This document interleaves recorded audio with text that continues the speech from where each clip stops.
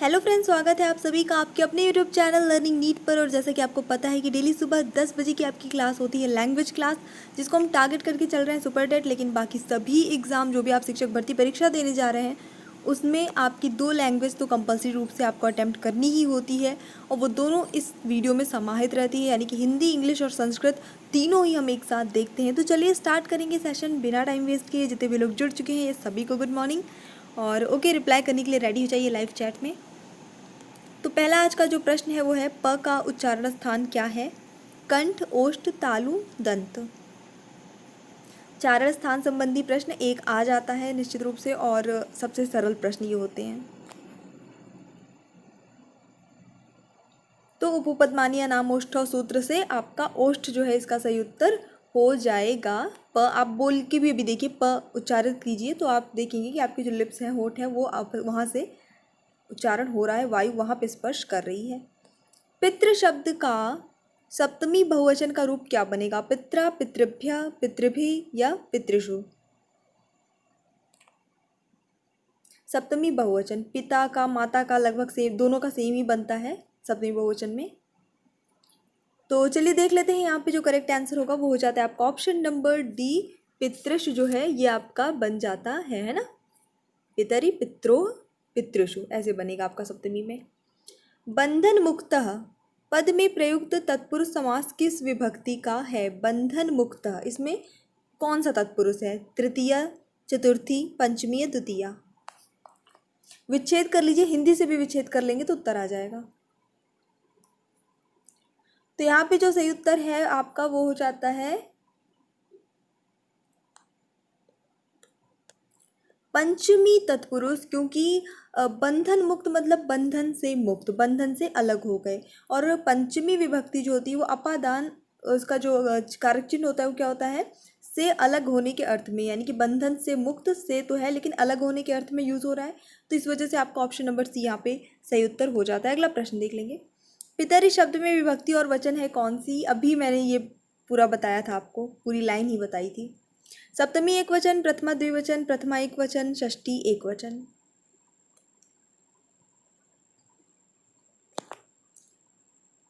तो अभी मैंने आपको सप्तमी विभक्ति का पूरा लाइन ही बता दिया था, है ना।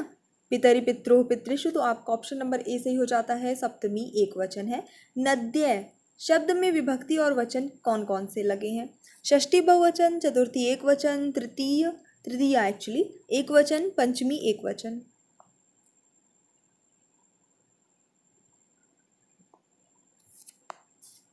नद्य, तो ये आपका सही उत्तर हो जाता है ऑप्शन नंबर बी, चतुर्थी एक वचन है। नद्य, नदीभ्याम, नदीभ्य, ऐसे आपका चतुर्थी में चलता है नदी का रूप। षष्ठी हिंदी संख्या का बोधक कौन सा है? फटाफट से देख लीजिए, यानी कि ये आपका संस्कृत में लिखा है, इसका हिंदी क्या होगा ये पूछ रहा है। 67, 36, 66 या 60? और बिल्कुल यहाँ पे जो सही उत्तर हो जाता है वो हो जाता है आपका ऑप्शन नंबर सी, 66। प्रक्षयति क्रियापद में प्रयुक्त लकार तत्पुरुष और वचन कौन सा है? बहुत अच्छा प्रश्न है ये वाला, थोड़ा सा ध्यान दीजिएगा इस पर। लट लकार प्रथम पुरुष एक वचन, लोट मध्यम बहुवचन, लिट प्रथम एक वचन या लिट उत्तम एक वचन? प्रक्षयति।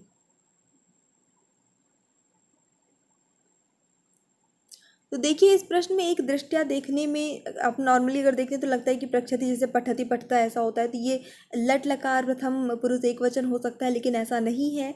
ये जो है आपका वो है लिट लकार प्रथम पुरुष का एक वचन रूप है। इसका जो रूप चलता है बेसिकली वो चलता है शक की तरह, ठीक है। सकना, शक मतलब सकना, इसकी तरह इसका रूप चलता है। और उसमें जो है भले ही लिट लकार भविष्य काल होता है, जनरली मैंने आपको एक पहचान बताई है कि भविष्य काल जो होता है लिट लकार उसमें श लगा होता है इस तरह से करके, है ना, गमिष्यति, पठिष्यति, ऐसा कुछ रहता है। लेकिन इसमें जो होता है उसमें ये आपका ऐसे आदक छ आता है, इसमें भी आता है, शक वाले में भी आता है, दोनों में। उसमें लिट लकार में भी ऐसे ही चलेगा, जैसे कि प्रक्षयति, प्रक्षतः, प्रक्षन्ति, इस तरह से पूरा चलता है आपका, ठीक है। कंफ्यूज नहीं होइएगा, इसको थोड़ा सा ध्यान कर लीजिएगा, इसीलिए मैंने दोनों बता दिया, ये भी और शक का भी।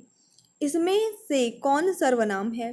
एषः या त्वम या फिर ये सभी?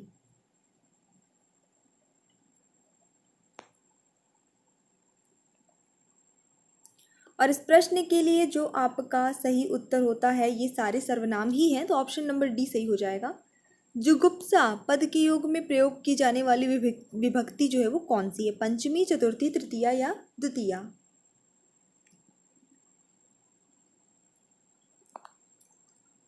और इस प्रश्न के लिए उत्तर जाएगा आपका ऑप्शन नंबर ए, पंचमी विभक्ति।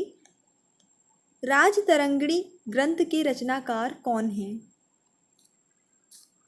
सबको पता होगा मेरे ख्याल से, सबको। चलिए देख लेते हैं यहाँ पे जो सही उत्तर होता है इस प्रश्न के लिए वो क्या हो जाता है। तो कल्हड़ राजतरंगिणी एकदम फेमस है ये, ऑप्शन नंबर सी सही हो जाता है। अगर ये वाला गलत हुआ है तो देखिए आपको थोड़ा सा अपनी तैयारी पे ध्यान देने की ज़रूरत है। चलिए देखेंगे अगला प्रश्न।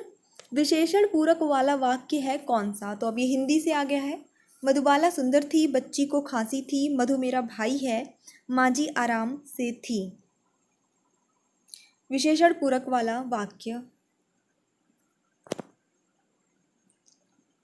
तो क्योंकि यहाँ पे विशेषण दिखाया जा रहा है सिर्फ यहाँ पे ऑप्शन नंबर ए पे, मधुबाला सुंदर थी। मधुबाला कैसी थी, उसकी विशेषता क्या थी? वो सुंदर थी। तो ऑप्शन नंबर ए यहाँ पे सही उत्तर हो जाता है। किस विकल्प के सभी शब्द परस्पर पर्यायवाची हैं? यानी कि सारे ही तीनों ही ऑप्शन आपस में पर्यायवाची होने चाहिए। आज के हिंदी के कुछ और भी प्रश्न हैं जो अच्छे हैं, अलंकार वगैरह से प्रश्न इंक्लूड किया है। एक बार वीडियो को प्लीज़ लाइक करिएगा सभी लोग। तो यहाँ पे व्योम, नभ, अंबर तीनों का अर्थ होता है आसमान, तो ये जो है सही आंसर आपका हो जाता है। दाल में कुछ काला होना, इसका भावार्थ क्या है? दाल जल जाना, दाल में कुछ गिर जाना, दाल का छौंक जल जाना, या आशंका या संदेह होना। टाइम वेस्ट इस पे नहीं करेंगे, सबको पता है ऑप्शन नंबर डी सही होगा। कोई शक होना, कोई डाउट होना, है ना। रिक्त स्थान की पूर्ति कीजिए। भाव दशा के कारण वचन में आए परिवर्तन को क्या कहते हैं? वांछिक उद्दीपन, वाचिक अनुभाव, वाचिक विभाव या वाचिक आलंबन।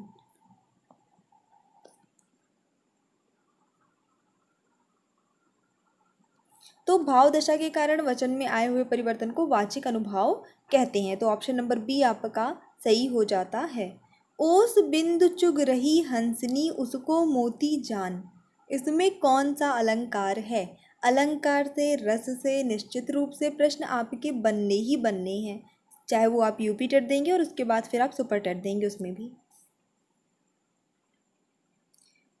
तो यहाँ पे भ्रांतिमान अलंकार है, यानी कि हंसनी को भ्रांति हो रही है, वो ओस की बूंदों को देख रही है तो उसे लग रहा है कि वो मोती है, वो उस मोती समझ के उसको चुग रही है, तो यहाँ पे भ्रांति हो रही है उसको, तो इस वजह से आपका ऑप्शन नंबर सी सही हो जाता है। मधुर मधुर मेरे दीपक जल, इसमें कौन सा अलंकार है? यमक, श्लेष, उत्प्रेक्षा, पुनरुक्ति, प्रकाश। ये मैंने आपको जो भी इसका आंसर है उसके बारे में अलग से एक वीडियो बना के 5 मिनट का आई थिंक वीडियो बना के प्रोवाइड कराया था, जहाँ तक मुझे याद है। और वो आपको कौन सी प्लेलिस्ट में, सिर्फ जिसमें हिंदी लिखा होगा ना उस प्लेलिस्ट में मिल जाएगा आपको। तो चलिए देख लेते हैं यहाँ पे सही आंसर क्या होगा। पुनरुक्ति प्रकाश अलंकार यहाँ पे होता है। देखिए मधुर मधुर, विहग विहग, इस तरह से जो लिखा रहेगा वहाँ पे आपका पुनरुक्ति प्रकाश है। और इसके बहुत सारे एग्जाम्पल के साथ थ्योरी पढ़ाई हुई है हिंदी वाली प्लेलिस्ट में, आपको एक बार ढूंढना पड़ेगा पुनरुक्ति प्रकाश। और ऐसे ही कुछ और अलग टाइप के अलंकार के बारे में पढ़ाया है मैंने। कौन सा विलोम युग्म सही नहीं है? सापेक्ष, रिपेक्ष, आपत्ति विपत्ति, स्वकीय परकीय, व्यक्ति समष्टि। गलत वाला बताना है। तो आपत्ति विपत्ति जो है यहाँ पे वो अलग चीज़ है। आपत्ति होना मतलब किसी चीज़ पे ऑब्जेक्शन होना, और विपत्ति मतलब कोई मुसीबत आना, दोनों आपस में विलोम शब्द नहीं है। आपत्ति का अनापत्ति होता है ना। चलिए बढ़ते हैं अगले प्रश्न की ओर, फटाफट से देखेंगे। व्याकरण जानने वाला, इसके लिए एक शब्द क्या है? व्याकरण ज्ञाता, व्याकरण विशेषज्ञ, व्याकरण या व्याकरण पंडित। और सही उत्तर होता है आपका व्याकरण। बल बढ़ेंगे अगले प्रश्न की ओर। पथभ्रष्ट का सही सामासिक विग्रह निम्न में से कौन सा है? पथ से भ्रष्ट, पथ में भ्रष्ट, पथ पर भ्रष्ट या फिर पथ का भ्रष्ट। और उत्तर जाएगा आपका इस प्रश्न के लिए ऑप्शन नंबर ए, पथ से भ्रष्ट। निम्नलिखित में से कौन सा शब्द विदेशी मूल का नहीं है? कायल, चाय, तंबाकू, विज्ञापन। ये कोयल होना चाहिए था ना। खैर देख लीजिए जो भी है, अभी आपके ऑप्शन सामने पूरे ऑप्शन है, तो यहाँ पे ऑप्शन नंबर जो है डी सही हो जाता है, विज्ञापन। अब आ जाएंगे हम अब थोड़ा सा इंग्लिश पे फोकस करिएगा। आज जो प्रश्न हैं अच्छे हैं, सिंपल भी हैं और कुछ ठीक भी हैं, आप देख लीजिएगा। आई जस्ट होप कि आज का बन जाए आपसे। The statue blank global symbol of freedom stands to, stands for, stands as, stands against. कोई स्टैचू, कोई मूर्ति लगी है, उसको बताया जा रहा है उसके बारे में कि ये जो है वो किसका प्रतीक है, पूरे वैश्विक स्तर के, मतलब आज़ादी का, फ्रीडम का सिंबल है, ऐसा अब यहाँ पे बताने की कोशिश हुई है। तो यहाँ पे जो करेक्ट आंसर होगा इस क्वेश्चन के लिए वो आपका हो जाता है स्टैंड्स एज, है ना। वो यानी कि जो स्टैचू, जो मूर्ति है वो एक स्वतंत्रता के प्रतीक के रूप में लगी हुई है, खड़ी हुई है, एज रूप में, तो इस वजह से एज लगा, रूप में है इसलिए एज। के लिए होता तो फॉर होता, ठीक है। अ child is the future of a family blank nation. एक बच्चा जो है वो अपने परिवार, साथ ही साथ पूरे राष्ट्र का भविष्य होता है, भविष्य है, ठीक है। अब देख लीजिए, परिवार और साथ ही साथ राष्ट्र, क्या लगेगा इसके लिए। As a, like, as well as, offer, just as. बिल्कुल यहाँ पे सही आंसर आएगा आपका option number C. A child is the future of a family as well as of a nation, यानी कि अपने परिवार का और पूरे राष्ट्र का, दोनों का ही जो है भविष्य है। The human mind seems to have built in blank against original thought, ideas, interest, safeguards, prejudices, sorry prejudicious, what I am saying. All right, तो यहाँ पे देख लेंगे फटाफट से, बिल्ट इन, फिर उसके ब्लैंक और अगेंस्ट क्या आना चाहिए। ठीक है, जितने भी लोगों ने गेस किया आपका ऑप्शन नंबर डी यही सही हो जाता है। नेक्स्ट देखेंगे। If strict security measures were taken the tragedy might have been blank. ये वाला क्वेश्चन कराया हुआ है, यानी कि अगर मतलब पूरी कड़ाई से जो है सुरक्षा के उपाय जो है किए गए होते, तो ट्रेजेडी जो है वो क्या हो जाती, थोड़ी क्या हो सकती थी शायद। तो यहाँ पे ऑप्शन नंबर ए से ही हो जाएगा, अवर्टेड, ये इसके लिए करेक्ट आंसर चला जाएगा। अवर्टेड का मतलब कि रोकना या निवारण करना, रोकी जा सकती थी, यानी कि जो भी घटना हुई है उसको रोका जा सकता था।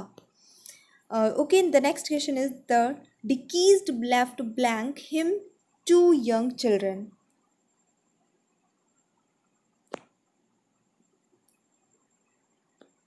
सो एक छोटा सा फ्रेज होता है, लीव बिहाइंड। लीव बिहाइंड मतलब अपने पीछे छोड़ना, किसी को छोड़ के जाना, ठीक है, अपने पीछे। तो यहाँ पे लेफ्ट है, लीव का ही जो है ये पास्ट फॉर्म है, क्योंकि पास्ट टेंस की बात हो रही है, तो लीव की जगह लेफ्ट यूज़ हो गया है। लेकिन जो ये हमारा फ्रेज बनेगा वो पूरा बिहाइंड के साथ ही बनेगा, तो ऑप्शन नंबर डी यहाँ पे सही हो जाता है, क्योंकि टेंस के अकॉर्डिंग वर्ब के फॉर्म में चेंज होगी, बाकी जो आपका फ्रेज है वो एज इट इज़ बना रहता है। They will laugh at you, voice change करनी है, इसे पैसिव वॉइस में बदलिए। You will have been laughed at by them, you can be laughed at by them, you may be laughed at by them, और you will be laughed at by them. तो देखिए पहली बात तो यहाँ पे बहुत सिंपल सा है, दो ऑप्शन आपकी आंख बंद करके आपको एलिमिनेट करने हैं। विल लगा है ना, तो कभी भी कैन और मे तो आएगा नहीं, जब भी चेंज करेंगे वो तो जब कैन मे वाला रहता है आपका तभी कुछ उसमें चेंजेस होते हैं, तो ये तो बिल्कुल भी नहीं होगा। दो बच रहा है, देख लीजिए इसे फटाफट से क्या होगा। तो सिंपल यू, फिर हमने विल बी लगा दिया, विल क्योंकि एक मॉडल भी है, इसके साथ बी लगा देते हैं, जैसे कैन होता तो कैन बी लगा देते, मे है तो मे बी लगा देते, ठीक है। तो यहाँ विल है तो विल बी लगा दिया। फिर वर्ब की थर्ड फॉर्म को हमें यूज़ करना है, सिंपल, तो वर्ब की थर्ड फॉर्म को यूज़ कर लिया, एट लगा दिया और बाय लगा के जो यहाँ दे था वो यहाँ बन गया देम। बार बार रिपीट करती हूँ, दे बनेगा देम, ही बनेगा हिम, शी बनेगा हर, इस तरह से चेंज होता है ना। वी बनेगा अस, आई बनेगा मी, ये बार बार रिपीट करती हूँ ताकि आपको रट जाए चीज़ें। चलिए देख लेंगे next. He said to me I grew these carrots myself, indirect narration में चेंज करना है। उसने मुझसे कहा, उसने मुझसे क्या कहा, अब मैं उसके भाषा में बता रही हूँ कि मैंने ये गाजर खुद उगाए हैं, ठीक है। अब इसको आप इनडायरेक्ट बोलिए, उसने मुझसे कहा कि उसने ये गाजर खुद खुद जो है उगाए हैं, तो किसने उगाए हैं, उसने। तो ही टोल्ड मी सब जगह आ जाएगा। अब उसने मुझसे कहा कि, तो दैट भी लगाना पड़ेगा, तो ये आई वाला तो हटा दीजिए, पहले दैट लगेगा, है ना। ही टोल्ड मी दैट, अब किसने उगाए हैं, उसने उगाए हैं, तो ही लगेगा। और क्या लगेगा, आपको पता है कि वर्ब की कौन सी फॉर्म लगानी है, थर्ड फॉर्म में यहाँ पे यूज़ कर लीजिएगा आप। अब हैड यहाँ पे सिंपल आपका जो है पास्ट है, तो वो किस में चेंज हो जाएगा, पास्ट परफेक्ट में चेंज हो जाएगा। ही हैड आ गया, ही हैड ग्रोन, दीज बन जाएगा दोज, दिस बन जाता है दैट, लगा दिया। फिर कैरेट्स, कैरेट्स, और किसने उगाए हैं, उसने उगाए हैं, मैंने थोड़ी उगाए हैं कि माई सेल्फ लिखूँ, उसने उगाए हैं, उसके लिए हम यूज़ कर रहे हैं, इसलिए हिम सेल्फ लिखेंगे। ही के अकॉर्डिंग हिम सेल्फ हो गया, शी होता तो हर सेल्फ हो जाता। ठीक है, छोटी छोटी चीज़ें हैं, बस ध्यान रखना है और कुछ नहीं। ठीक है, चलिए अब देख लेंगे हमारा नेक्स्ट क्वेश्चन। तो यहाँ पे एक वर्ड लिखा हुआ है टेमेरिटी, उसका मैं आपको शाब्दिक अर्थ यहाँ पे बता देती हूँ। ये एक नाउन शब्द है जिसका अर्थ होता है दुस्साहस या अविवेक। ठीक है, दुस्साहस करना, अविवेक रखना, धृष्टता करना, कुल मिला के रूड, बहुत ज़्यादा बिहेव करना। ठीक है, अब यहाँ पे मैं बता दूँ आपको करना क्या है, इसका आपको समानार्थी शब्द ढूंढना है। ऑल राइट, तो यहाँ पे ऑडेसिटी जो है वो इसका करेक्ट आंसर हो जाएगा। ठीक है, चलिए देखेंगे नेक्स्ट। अपोजिट बताना है इन दोनों ही क्वेश्चन में आपको। इंस्पाइट, कलरफुल, कलरलेस, डल और टेस्टी। देखिए एग्ज़ाम में आपको इस तरह के क्वेश्चन आते हैं तो हिंदी तो कोई बताएगा नहीं, खुद ही समझना है। इसलिए ज़्यादा से ज़्यादा शब्दों की वर्ड मीनिंग्स आप जितना लर्न कर सकते हैं, धीरे धीरे 2-2, 3-3, 4-4, 5-5 डेली याद करिए, ताकि एग्ज़ाम तक काफ़ी आपका वोकैब स्ट्रॉन्ग हो जाए। ऑप्शन नंबर यहाँ पे जो सही होता है डी होता है, और अब इसको मैं थोड़ा सा बता देती हूँ। इसका अर्थ होता है स्वादहीन, तो स्वादहीन का उल्टा स्वादिष्ट, टेस्टी। चलिए देख लेंगे। लिंक्विश, ओके, इसका आपको अपोजिट बताना है। शाब्दिक अर्थ है त्यागना या छोड़ देना किसी चीज़ को, तो अपोजिट क्या होगा, अपोजिट होगा आपका कॉन्टिन्यू, यानी कि किसी चीज़ को जारी रखना, बीच में नहीं छोड़ना, त्यागना नहीं, गिव अप नहीं करना, है ना, जारी रखना। तो ऑप्शन नंबर यहाँ पे ए सही हो जाता है। तो सेशन हमारा ये छोटा सा था, पर मुझे पूरी उम्मीद है कि आपको पसंद आया होगा। पसंद आया तो लाइक करिए, शेयर करिए। ऑल्सो हमारी जो क्लास 3 बजे होती है, मैं उसका टाइम थोड़ा सा चेंज करने वाली हूँ, शाम को रखने वाली हूँ, मे बी 6 बजे या 7 बजे, समथिंग लाइक दैट। क्यों, क्योंकि मैं नोटिस कर रही हूँ कि दोपहर में आप अटेंड नहीं कर पाते हैं, काफ़ी ज़्यादा लोग अटेंड नहीं कर पाते हैं 3 बजे। ठीक है, आई कैन अंडरस्टैंड, इसलिए टाइमिंग थोड़ी सी चेंज हो जाएगी आज से। So thanks for watching, keep studying and bye bye.